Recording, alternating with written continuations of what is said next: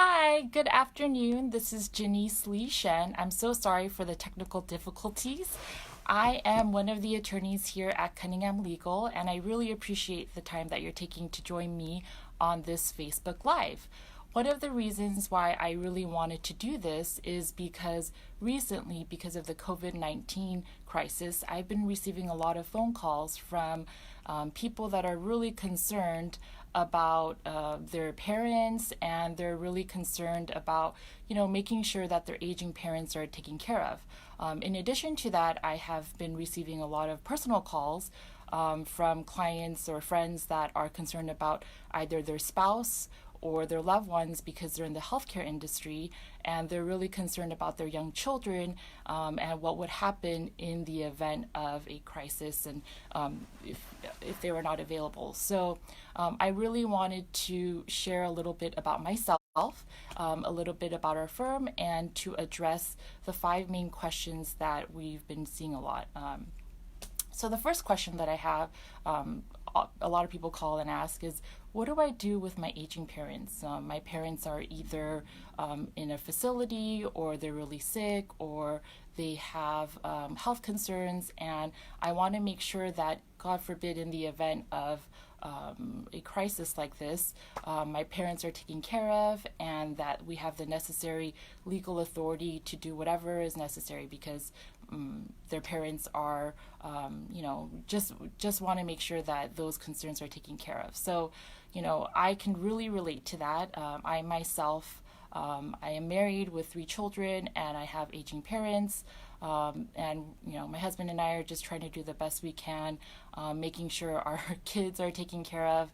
And I'm trying to work remotely from home, and people have this maybe idea that working from home is great. You're in your pajamas and you can take all these calls, but in reality, when schools are closed, it really is not.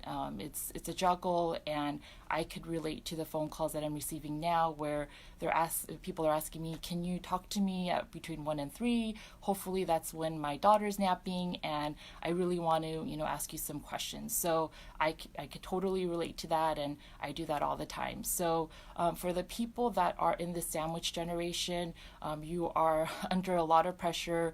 You're trying to see your folks that are aging, and that really trust you, and you're also just trying to manage the household, and deal with working from home, and working from home remotely. So the first question that I get all the time is, how does the COVID-19 crisis affect an estate plan? And so what I would say is, if you had an estate plan done by our firm, of course, we have all of the preventative measures already in place.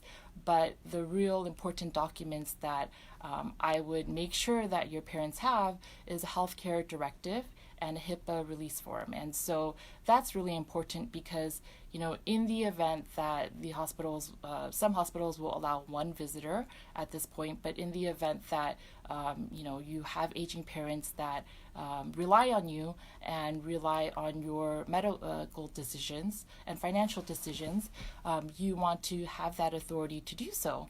And so in California, the Advanced Healthcare Directive addresses what would happen if your parent was unable to make those decisions. It gives either one person or two people the authority to do that. The second document that's really important is a Hipaa authorization. And so that's really important because in the past 7 years that I've been practicing in this field, I have seen a lot of terrible cases where some people don't have a Hipaa release, and there is a death, and there's an allegation of medical malpractice, and it's not impossible to receive medical records, but having a Hipaa would be really helpful, because there is an expiration date on Hipaa forms, and depending on what that is will really help the estate or the trustee upon the death of a loved one. Another important document that I think is really important for people that have young children are power of attorney documents. And power of attorneys are not all equal. Just because you download it online doesn't mean it's the best. It really depends on what specific authorities listed on that power of attorney has. And so what I really recommend is one, making sure that the power of attorney addresses the young guardians, young minors, and addresses who the guardians would be in the event that something would happen. So, for example, if God forbid I was unable to make decisions because of whatever the situation is, my power of attorney document includes a provision where if I'm incapacitated, a certain person or a certain couple would be able to care for my children, make financial decisions, and make sure that they're fed by having the resources, by allowing that agent to go to the bank and take out money so that my kids are fed and there's a roof over their head. So that's really important. Another document that's really important is actually a will for those people that are, again, have young children like myself, that in the event that I was not here, I want to make sure that the correct, or the people that I trust will be in charge of my children's daily needs, such as taking them or selecting the right school for them, making sure that they're again fed, going to see the pediatrician. All that is really relevant in the will. And another important document is the actual living trust. So the living trust is very important, but there are a lot of ancillary documents. So for those folks that have more than about 166,000, and that's just the California threshold, I would really recommend that you speak with an attorney about setting up a living trust. Another question that I am receiving a lot is, what do I do with my folks? Because I just got a call last night, and the caller said to me, my dad is not doing well. He's in his 90s, and I can't even visit him because his facilities on lockdown, and so I just want to make sure that he's taken care of, that he also he's getting calls from his dad saying, just daily calls saying, what do I do? Come see me, talk to me, tell me what needs to be done. And so for those folks that have aging parents, I think now is a really good time to speak with them and ask them, hey, do you have any estate planning documents? Is it okay if I see a copy? Which attorney did you use? I think that's really important because you want to open up the dialogue. Sometimes it's difficult to talk about the mortality and capacity, especially with your folks.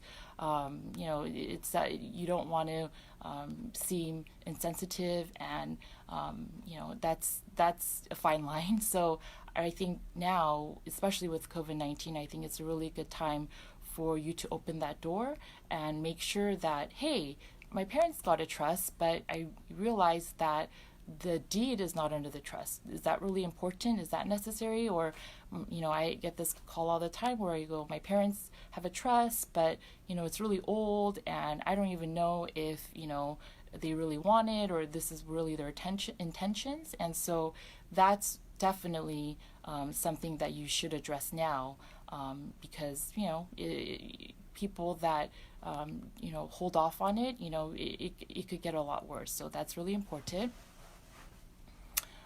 For those people that are working from home and teaching or taking care of kids, again, I applaud you. We have wonderful folks that are in our team that are able to juggle and manage all that. I think that it's really important, especially if you have young children now, to one, make sure you have a plan in place. Again, the documents that I mentioned, they're really important, but I think what's more important is for that to actually get it done.